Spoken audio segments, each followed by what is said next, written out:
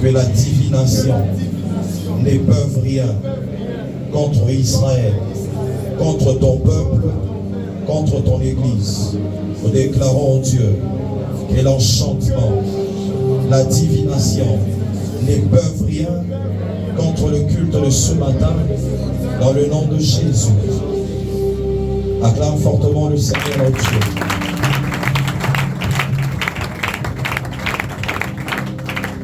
J'aimerais appeler très rapidement le frère Élisée ainsi que la sœur Adassa. Ils vont nous amener dans un moment d'adoration. Et j'aimerais que tu te concentres et que tu disposes ton cœur afin que tu sois un vase d'honneur ce matin pour recevoir ce que le Seigneur sera en train de faire dans ta vie ce matin. Les temps qui sont en train de s'avancer, tu te tiens debout avec eux, tu acclames fortement le Seigneur. Ils sont en train d'avancer.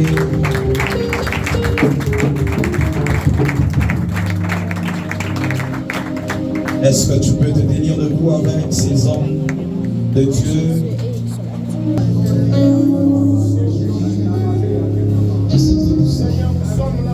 Ce n'est pas le temps de regarder à gauche et à droite.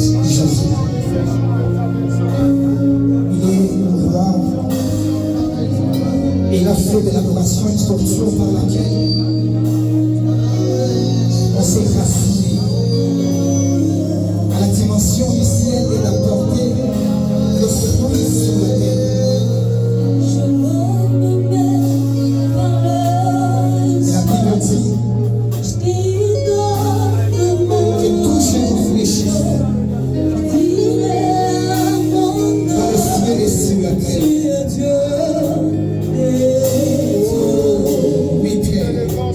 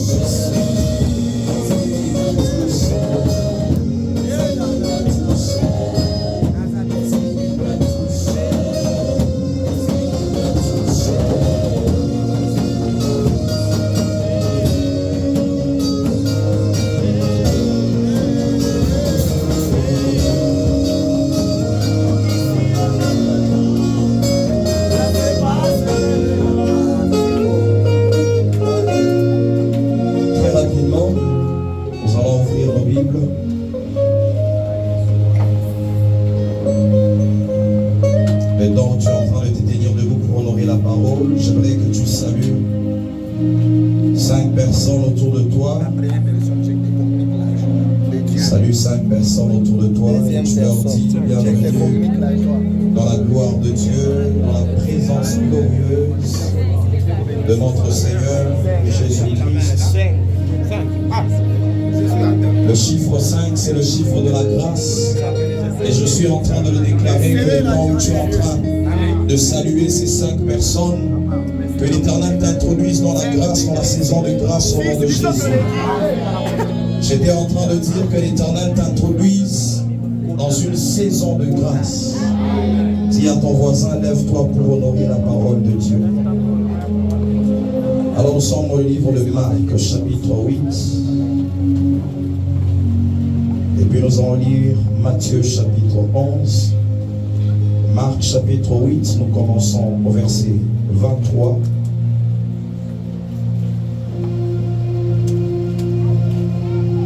Marc, chapitre 8.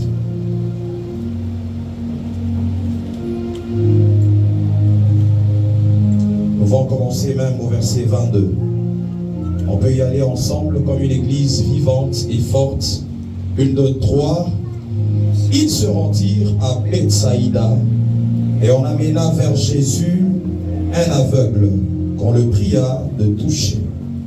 Il prit l'aveugle par la main et les conduisit hors du village. Puis il lui mit de la salive sur les yeux, lui imposa les mains et lui demanda s'il voyait quelque chose. Il regarda et dit: j'aperçois les hommes, mais j'en vois comme des arbres. Des arbres qui marchent. Jésus lui mit de nouveau les mains sur les yeux, et quand l'aveugle regarda fixement, il fut guéri et vit tout distinctement. Alors Jésus le renvoya dans sa maison en disant: n'entre pas au village. Acclame le Seigneur et tu peux reprendre place. Dis à ton voisin, nous sommes en train d'enseigner sur la délivrance. Dis-le bien, c'est la saison de ta délivrance. Est-ce que tu peux acclamer maintenant fortement le Seigneur Jésus? Je suis dans le livre de Matthieu, chapitre 11. Matthieu, chapitre 11, on peut commencer au 19e verset jusqu'au verset 22. Je lis au nom de Jésus. Le Fils de l'homme est venu mangeant et buvant, et ils disent: c'est un mangeur et un buveur, un ami des publicains et des gens de mauvaise vie. Mais la sagesse a été justifiée par ses œuvres. Alors il s'est mis à faire des reproches aux villes dans lesquelles avaient eu lieu la plupart de ces miracles, parce qu'elles ne s'étaient pas repenties. Malheur à toi, Chorazine. Malheur à toi, Bethsaïda. Car si les miracles qui ont été faits au milieu de vous avaient été faits dans Tyr et dans Sidon, il y a longtemps qu'elles se seraient repenties en prenant le sac et la cendre. C'est pourquoi je vous le dis, au jour du jugement, Tyr et Sidon seront traités moins rigoureusement que vous.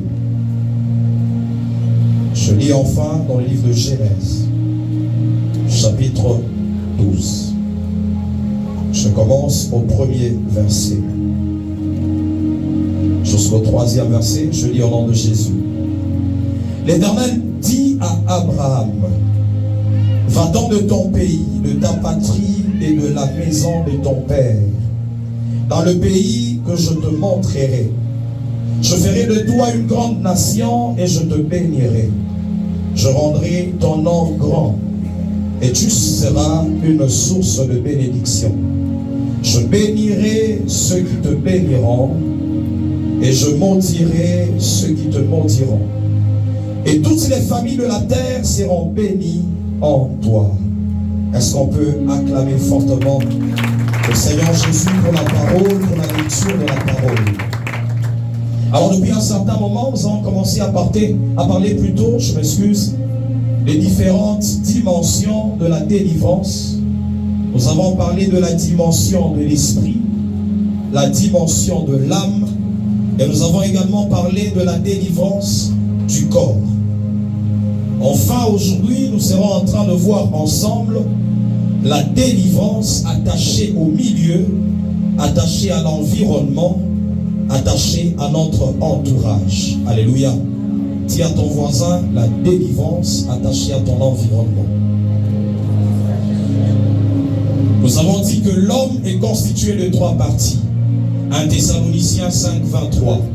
La Bible est en train de dire, c'est Paul qui parle, il dit que nous devons conserver irrépréhensible notre esprit, notre âme, ainsi que notre corps pour l'avènement de notre Seigneur Jésus-Christ. C'est comme ça que nous avons compris ensemble que toutes ces 3 parties doivent être conservées ou doivent être délivrées afin de bénéficier de ce que le Seigneur a préparé pour nous. Alléluia. C'est en premier ton esprit, en deuxième ton âme et en troisième ton corps physique. Même ton corps physique a besoin de subir une dimension de délivrance. Alléluia. Est-ce qu'on peut acclamer le Seigneur si on avance ensemble? En parlant de l'esprit, nous avons dit que nous avons déjà été bénis de toutes sortes de bénédictions.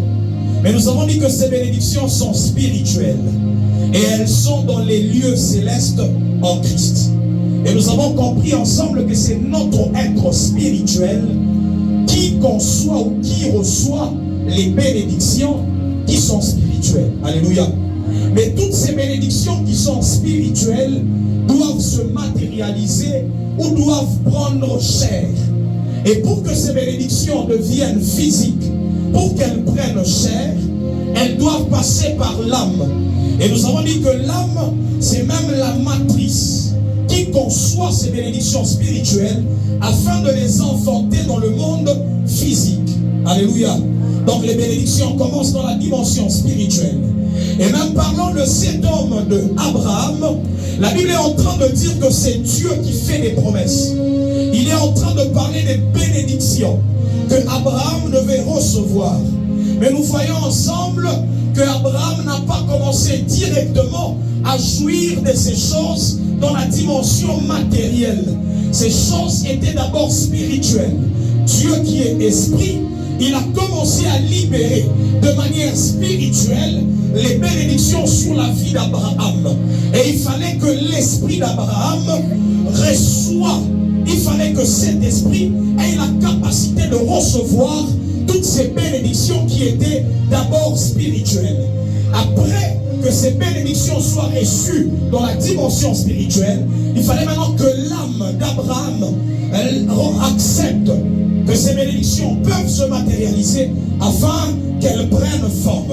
Nous avons lu ensemble le texte de Jean qui dit « Je préfère, je désire que tu prospères à tous égards comme prospère l'état de ton âme. » Ça veut dire que la prospérité d'un homme n'est pas seulement attachée à son esprit, mais elle est également attachée à son âme. Parce que si ton âme n'est pas également délivrée, si ton âme n'est pas travaillée, il sera difficile que tu vives de manière physique cette bénédiction qui est spirituelle, qui doit passer par l'âme afin de prendre chair. Alléluia. Nous allons parler de cet homme de Christ Jésus. Dans le livre de Hébreux chapitre 10, il est en train de parler en disant « Tu n'as voulu ni sacrifice ni offrande, mais tu m'as formé un corps, ô Dieu. » Et il est en train de dire que Dieu lui a donné ce corps afin de faire sa volonté. S'il y a la volonté de Dieu, il y a la mission qui est spirituelle, mais qui doit être manifestée dans la dimension physique. Et c'est passant par notre corps physique que cette vision, cette volonté de Dieu peut se manifester dans la dimension physique ou sur le plan matériel. Alléluia. Acclame le Seigneur si on est en train de comprendre. Je suis en train de faire une petite récapitulation pour qu'on avance ensemble. Alléluia. Il y a la dimension de la délivrance qui touche l'esprit, la délivrance qui touche l'âme et la délivrance qui touche le corps. Nous allons commencer à parler de plusieurs éléments qui permettent à ce qu'un homme, même dans la dimension physique, qu'il soit délivré. Paul pouvait dire qu'un ange de Satan a été soufflé dans son corps ou était dans son corps afin de commencer à infliger à cet homme de Paul certaines douleurs dans son corps. J'en dis que si ton corps n'est pas délivré, il sera difficile d'accomplir ta mission sur la terre.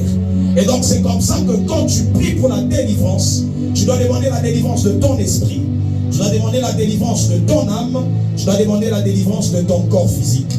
Nous avons lu un verset attaché au psaume, le psaume 142 et le 8e verset. C'est David qui parle en disant: tire mon âme de sa prison, afin que je célèbre ton nom.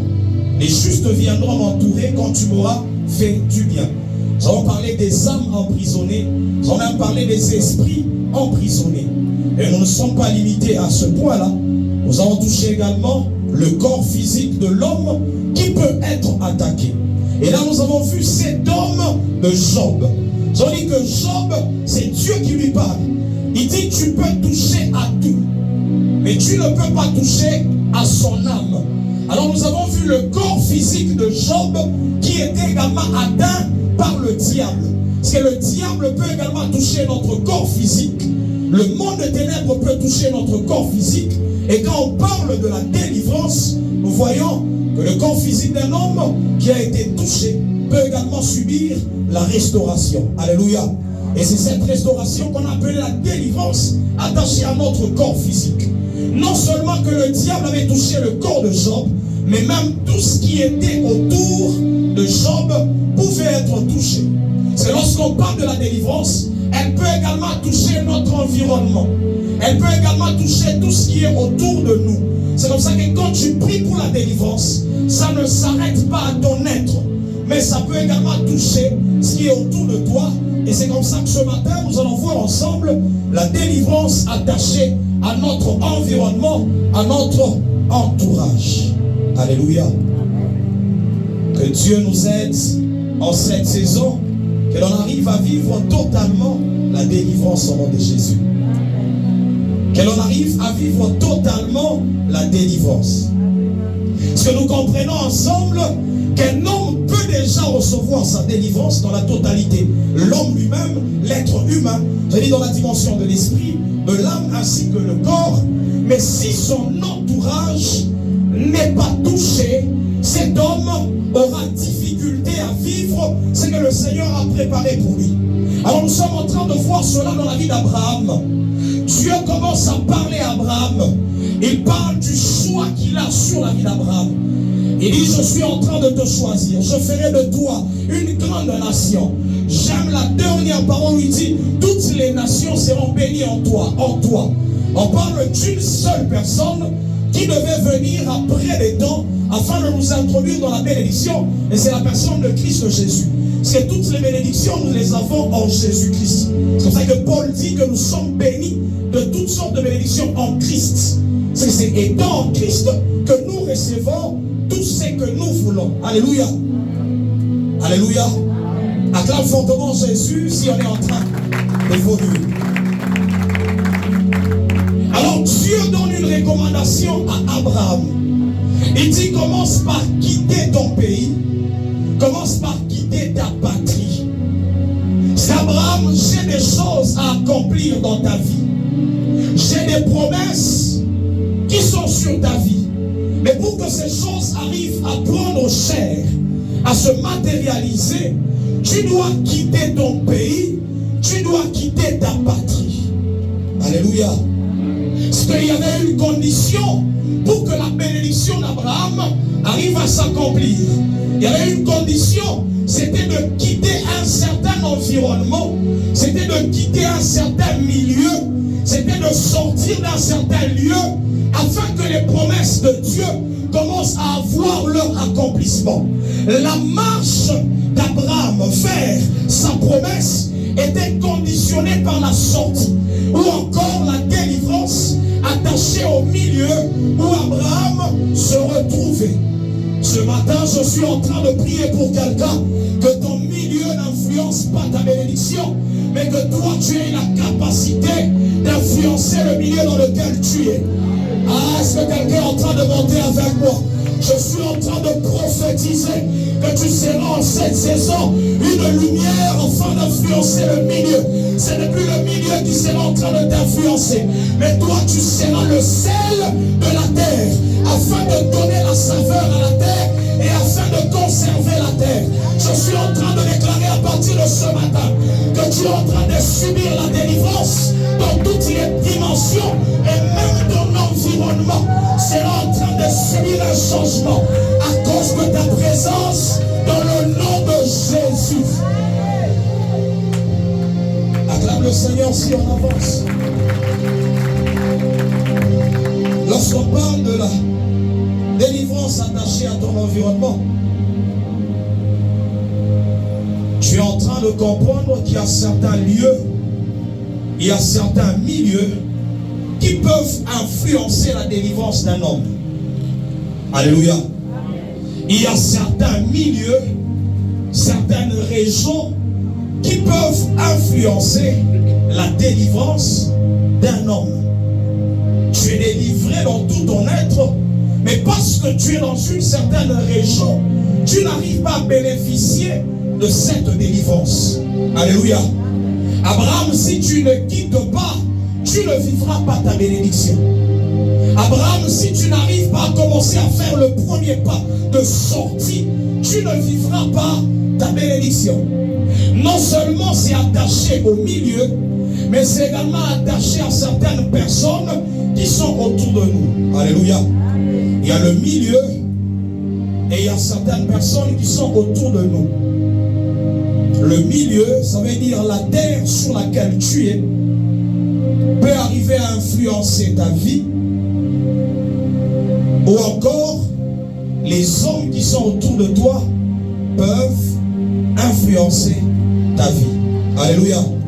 C'est comme ça que quand on arrive sur une terre, nous devons prendre possession de la terre. Tu es en train de dire à Josué, tout lieu que foulera la planche de ton pied, je te le donne comme je l'ai donné à Moïse. Tu prendras possession de ce lieu. Et quand tu arrives dans une terre, dans un territoire, tu dois apprendre à contrôler la terre. Alléluia. La Bible nous parle d'une vérité d'un homme qui était en train de parler à la terre. Il dit terre, terre, terre. Écoute les paroles de l'Éternel. Ainsi parle l'Éternel. Inscris cet homme, on parle d'un homme qui s'appelait Corneille. On dit inscrit cet homme comme étant privé d'enfants. On a parlé à la terre et c'est la terre qui pouvait influencer la vie de cet individu.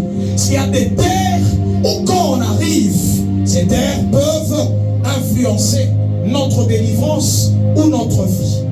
Alléluia. Lorsqu'on parle de la terre, tu es en train de comprendre que sur chaque territoire, il y a un prince qui est établi. Et ce sont ces princes qui influencent de manière négative les vies des hommes ou des personnes qui sont attachées à cette terre ou à ces terres.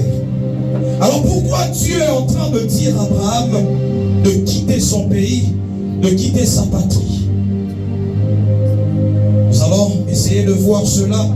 Plusieurs personnes en parlent seulement de quitter, mais on ne comprend pas pourquoi l'Éternel avait dit à Abraham de quitter. Nous sommes au livre de Josué.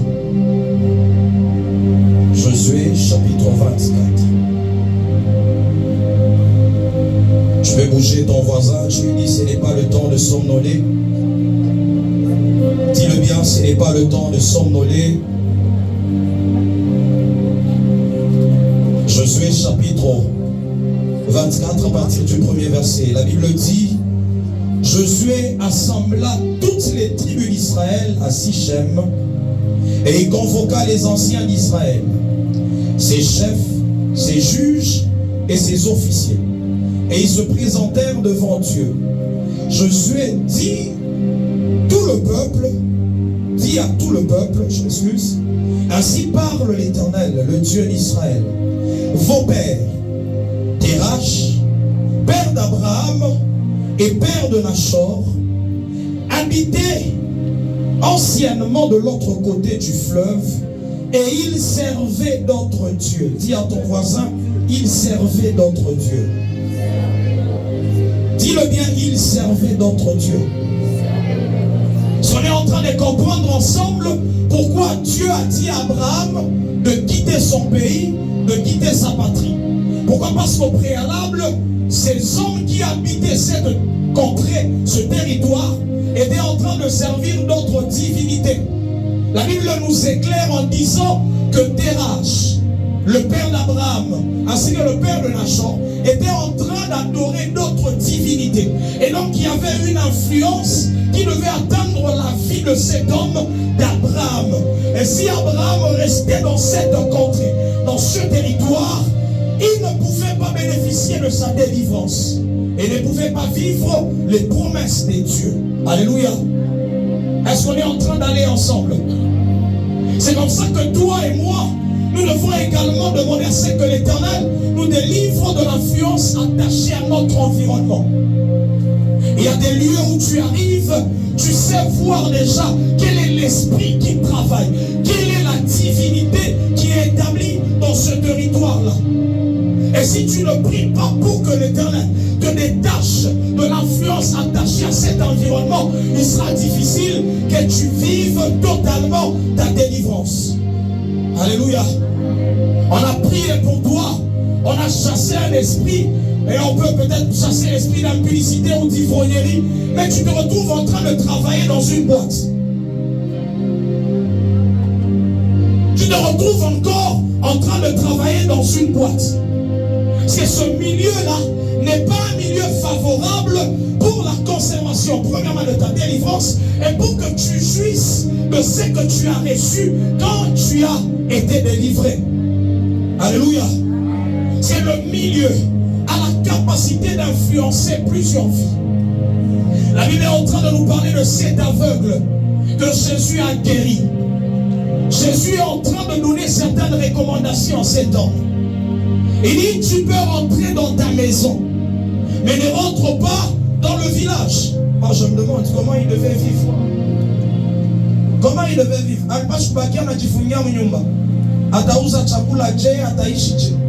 Parce qu'on parle du village, nous comprenons ensemble qu'il y a certaines mentalités, il y a certains comportements qui, quand tu continues à les garder, ces comportements ne peuvent pas te permettre de jouir de ta délivrance.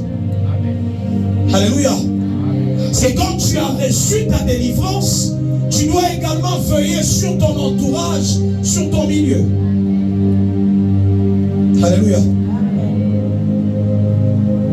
On t'invite à certains endroits, tu es déjà un chrétien, tu as le droit de prier pour que le Seigneur touche ces gens-là, afin qu'ils ne commencent plus à t'inviter dans ces lieux-là. Alléluia. Oh, ma business, tu dis pas ma minuit. Parce que non, je temps y a bien, et puis il faut tout écouter. Pour baisser un candé.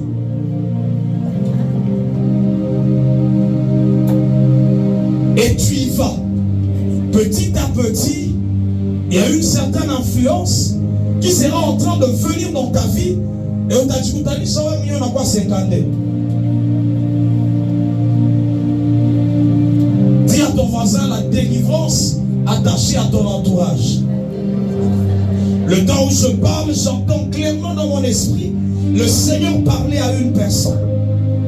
Cette personne était en train de faire un commerce. Mais elle se rend compte que ce commerce-là commence à détruire son entourage, commence à détruire même ses frères. C'est un commerce attaché comme à l'alcool. Dieu me dit de te dire que tu dois prier pour que le Seigneur te donne une autre activité afin que tu ne sois pas une source pour les mauvaises choses dans les membres de ta famille. Je ne veux pas citer la personne, mais je vois la personne. Tu peux acclamer le Seigneur fortement là-dessus.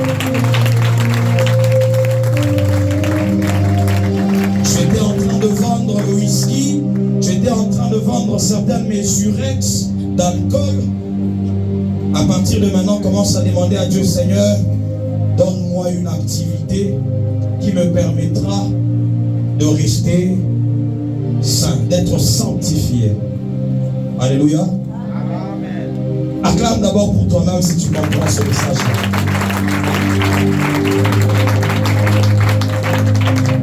Dis à ton voisin la délivrance de ton environnement. Dis-le bien, la délivrance de ton environnement. Et dans le livre de Matthieu qu'on a lu, parlant de Bethsaïda, qui était la ville où Christ avait guéri cet aveugle, la Bible est en train de nous parler de cette ville comme étant une ville d'incrédulité. Parce que nous comprenons que lorsque Christ est en train de parler à cet homme, il lui dit, ne rentre pas dans ton village. C'était précisément par rapport à l'incrédulité. C'est là que Christ est en train de comparer Bethsaïda à Tyr et Sidon. Il dit, si les miracles que j'ai accomplis à Bethsaïda étaient accomplis à Tyr et à Sidon, ces hommes-là devaient déjà se repentir. Parce que ces hommes-là étaient tellement incrédules, et c'est comme ça que Christ ne voulait pas que cet homme rentre là-bas, parce qu'il pouvait perdre sa foi et même perdre sa guérison. Et à ton voisin, les choses de Dieu, tu peux les perdre. Dis-le bien, tu peux perdre les choses que tu as reçues de Dieu. C'est comme ça qu'on a parlé de la conservation de notre délivrance. C'est les choses que tu reçois dans la présence de Dieu que tu dois apprendre à conserver. Et l'une des manières de les conserver, c'est en priant pour que ton entourage soit délivré. S'il y a certaines choses autour de toi qui peuvent aussi être possédées, tu pries pour la délivrance de ces choses. Il y a des gens qui arrivent dans des maisons hantées. On est en train de nous parler d'un territoire, le Césarée. Le territoire de César et de Philippe. Ce territoire-là, c'est là que Christ est en train de parler de la porte du séjour de mort. On dit que c'est un territoire où on a adoré une divinité qu'on appelait le dieu Pan. C'est cette divinité qui donnait accès au séjour de mort. Et lorsque Christ arrive là-bas, il voit une grotte. Et c'est sur cette grotte qu'il était en train de parler. C'est pour ça qu'il a parlé de la pierre. Parce qu'il y avait une grosse pierre qui était là. Il a commencé à parler de l'église. Il a dit les portes du séjour de mort ne peuvent pas prévaloir contre mon église, car elle est bâtie sur la pierre. Il était en train de comparer la pierre sur laquelle devait être bâtie l'église à cette pierre qui était là comme monument qui représentait cette divinité qu'on appelle le Dieu Pan. Alléluia. Et donc il y a certains endroits, quand tu y arrives, ce sont des endroits influencés par les esprits. Lorsqu'on a parlé des portes ou des accès pour les esprits, on a également parlé de certains milieux, de certains lieux. Tu arrives dans une maison, ça c'est ton entourage doit subir une délivrance.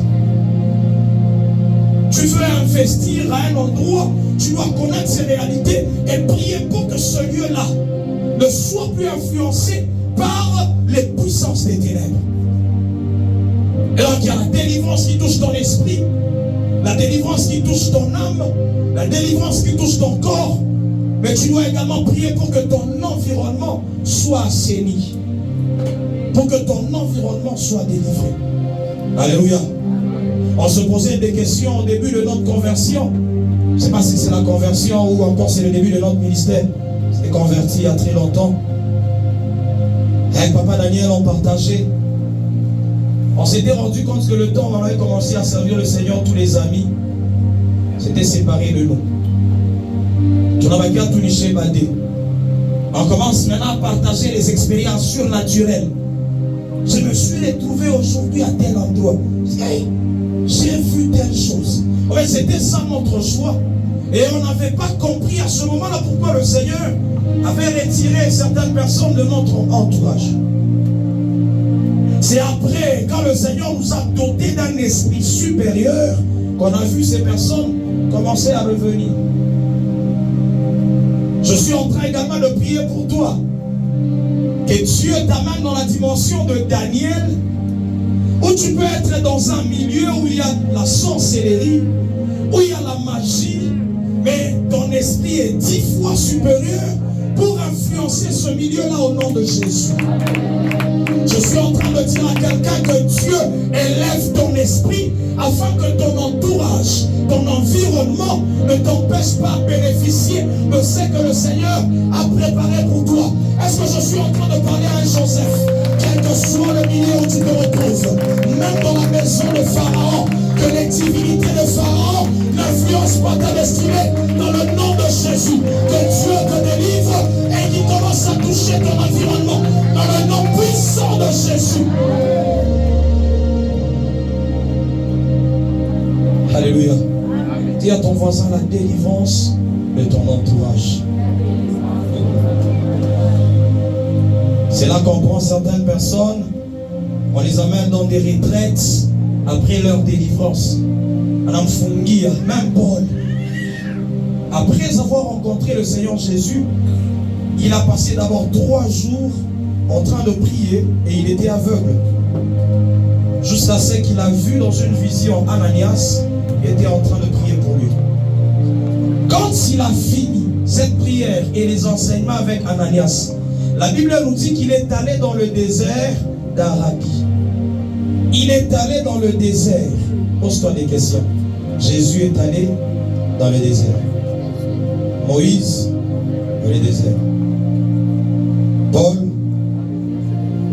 le désert est un milieu qui permet à ce que la délivrance commence à toucher ton environnement ou ton entourage. Alléluia. Il y a certaines personnes qui, après la délivrance, John et Jiran racontent que bien tu es dans la funga. On habite dans le désert. On est sur habite dans le désert. Pour bien tu es mungo na tukuna, mungo na tukuna, mungo na kubatiris. Ça c'est comme un ticket désert. Parce que tu empêches à ta délivrance d'être complète. C'est là que tu vas forcer les choses. Ou t'as forcé, mais habite à Bamba. Eratakate, papa Daniel a dit Eratakate, désert Eratakate. C'est ce que papa Daniel a dit. C'est dans le désert, le bien avec Dieu. S'il y aura seulement la manne, et la manne elle est journalière. La manne elle est journalière, ça te permet de subsister, de vivre de manière journalière. On a ta provision. Content. Mon désert a ikala ke mon ese ule wo pemenia. Mon désert a ikala ke mo.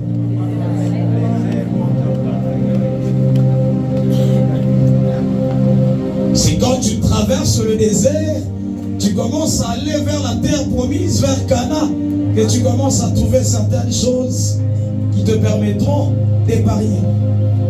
Mais quand on tourne au désert, Papa Niman,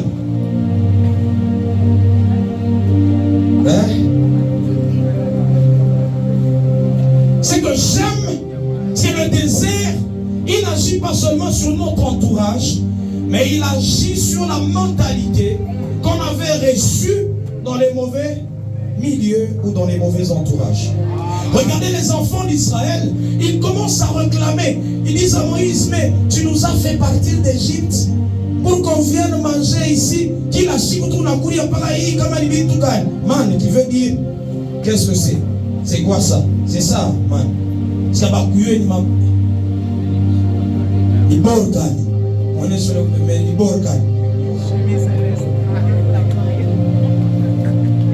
c'est comme bingu bana fabriquer kitu kimoya ali bapate njo batanza kushiba hii njo batanza kushiba njo njo journée mon excellent le na okanga journée c'est Dieu lui-même il connaissait la formule de kanga journée il donne une nourriture il dit c'est pour toute la journée donc si tu consommes fais mission ils ont dit en Égypte là on mangeait les concombres, on mangeait des bonnes choses bien qu'on était esclaves. La mentalité de l'Égypte n'avait pas encore quitté ces gens-là. Et quand le Seigneur est en train de te détacher de certains milieux, c'est pour commencer à travailler sur la mentalité que tu avais acquise en Égypte.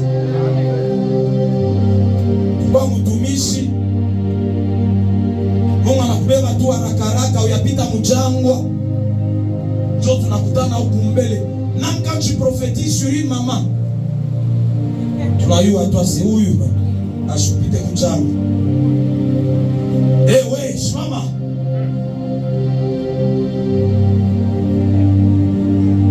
La mentalité là du rappeur, Pop Zip,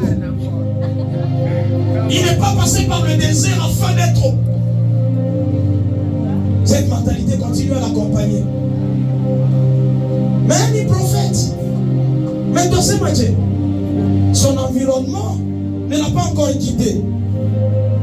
Akinari qui tourne, il influence, il est. Attends, tu sais ma quoi que oh ya DJ, Miriam Sakon, n'a pas le Touran Sakomba, mon moran souillonné, Sako Bormo et Fi.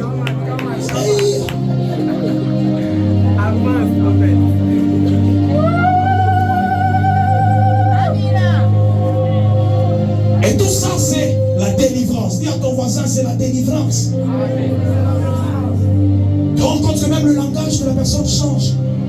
Parle avec une grande personne, tu peux être roi, tu peux être père spirituel, mais tu as du respect pour les pères que Dieu a placés sous ton autorité spirituelle. C'est très important. Alléluia. Et à ton voisin, ça fait partie de la délivrance. Et toutes ces choses, c'est quand tu commences à passer par le désert. Ou ça, comme un concombre. Il est ça tout mina mini, chobi tu biote bila funga. O Mungu yo mwenyewe. O Mungu tumwache tufanye je. Il est ça tu yanza kubaye mama. Abichele bilaza bonekani. Abichele bilaza bonekani. Namungo soso bote bayanza tu.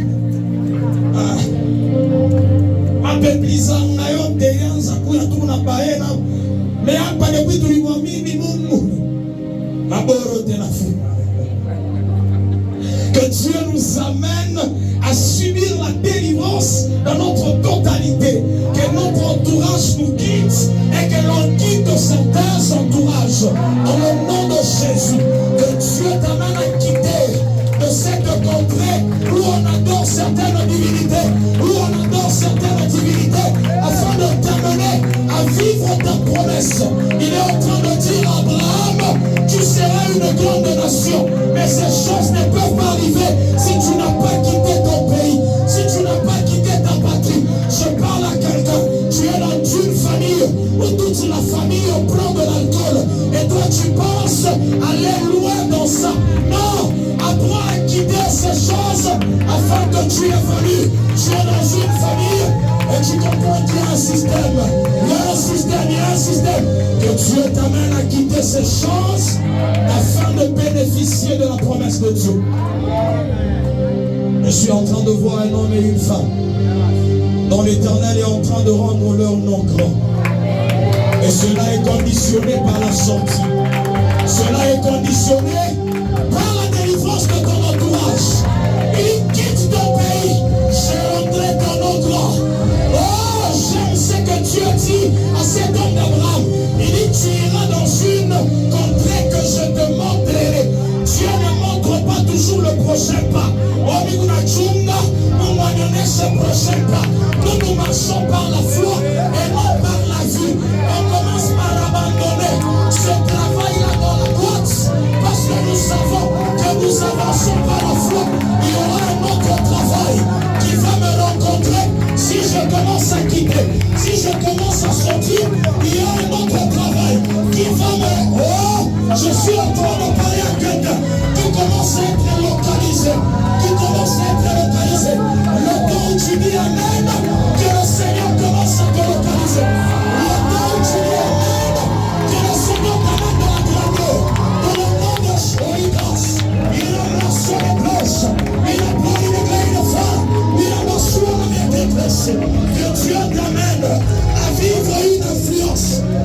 attaché à son environnement.